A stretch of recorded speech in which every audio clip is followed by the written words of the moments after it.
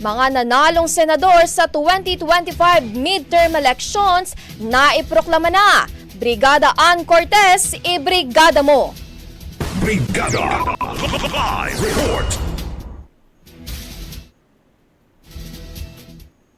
Ang proclamation program dito sa May Manila Hotel. At mula nga sa 12 na senators na nakuha, 11 out of 12 tayo dito ngayon dahil nga si Senator Francis Pangilinan o si dating Senator Francis Pangilinan wala at hindi nakarating dahil nga graduation nga umano ng kanyang anak sa ibang bansa. At dito nga itong sa kaninang pag-iikot natin at pag-aabang natin, itong mga first senators na nakita natin na dumating, dito nga sa mismong entrance ay sina dating Senate President Tito Soto kasama nga ang kanyang may bahay at sina Senator Ping Lacson, si Congressman Erwin Tulfo at syempre dito nga sa mismong pagsisimula kanina, actually talagang around 3, agad na nagsimula itong mismo proclamation natin. 3:10 nagsimula na ang mismong proclamation program para sa mga newly elected leaders. At dito nagsimula yung entry ng mga commission and bank. At pagkatapos naman yan, ito yung mga master of ceremonies natin dito ay yung NBOC Secretariat na head na si Director Consuelo Diola at ang Office of the Clerk Commission Director na si Genesis Catdula. At pagkatapos naman dito ay agad naman nagkaroon ng pagkanta ng Lupang Hinirang. At pagkatapos naman ito, nagsunod naman yung opening speech ni COMELEC Chairman George Garcia kung saan sinabi niya dito ng pagbati niya dito sa mga elected officials natin, mga senator elected officials natin, and at the same time pinaalalahanan niya na gamitin itong mismong tiwala na binigay sa kanila ng mga Pilipino ng tama. Kumbaga hinimok niya yung ito na gumawa ng mga batas para talaga sa kapakanan ng mga Pilipino.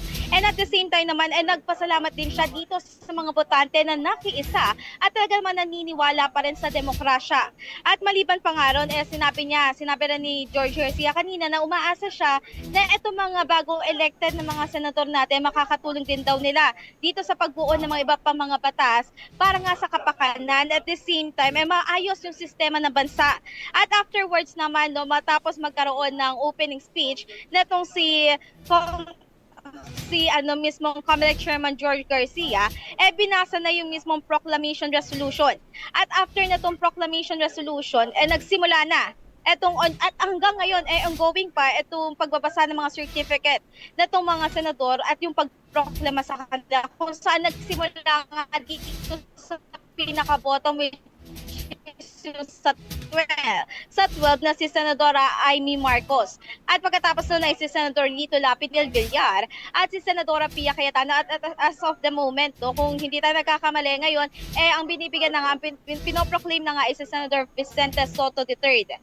At ayun na nga, maliban pa dyan, after naman nilang tanggapin itong mga proclamation na mga certificate, nagkakaroon din sila ng 5 minutes na mismong speech nila kung saan nagpapasalamat sila dito sa mga botante na talaga namang nagbigay pa rin ng tiwala sa kanila kung saan, di ba, syempre merong ilan na talagang umabot ng pagkataas-taas itong mga votes sa kanila. At the same time, yung mga ilan naman na nandito sa medyo parang nakasakto dito sa 12, talagang thankful nga rin dito nga nakapasok sila. At kanina nga pagkapasok ni dating Senate President Vicente Soto or si Tito Sen nga, sinabi rin niya na kung sakali man na magkaroon, dahil nga 'di ba kahapon may mga umuugong na balita na may mga kumausap na sa kanya, sinabi naman niya open naman daw siya kung sakali na bumalik bilang Senate President.